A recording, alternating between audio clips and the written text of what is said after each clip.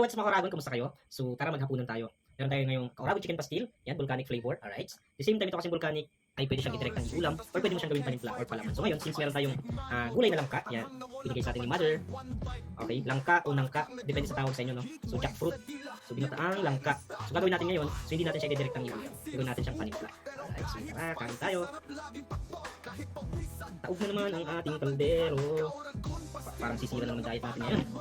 Ay palaki ng palaki dahil dito sa ating Oragon chicken pastil, volcanic flavor. Yan, kita nyo naman yung sili. So itong mga sinisili, ito talagang favorite ko. Yan, kakamay tayo kasi pag dito sa bahay kamay lang tayo palagi. Di ka matutol, Oragon chicken pastil, pananong ulam. Tikman mo na, wag na magduda. Fuck, sino may tapang? Halika rito, Oragon chicken pastil. Let's go, heat rising up. Walang kapantay, spicy pero sarap. Walang goodbye. Pang toppings lang para medyo tipid tayo. Yan.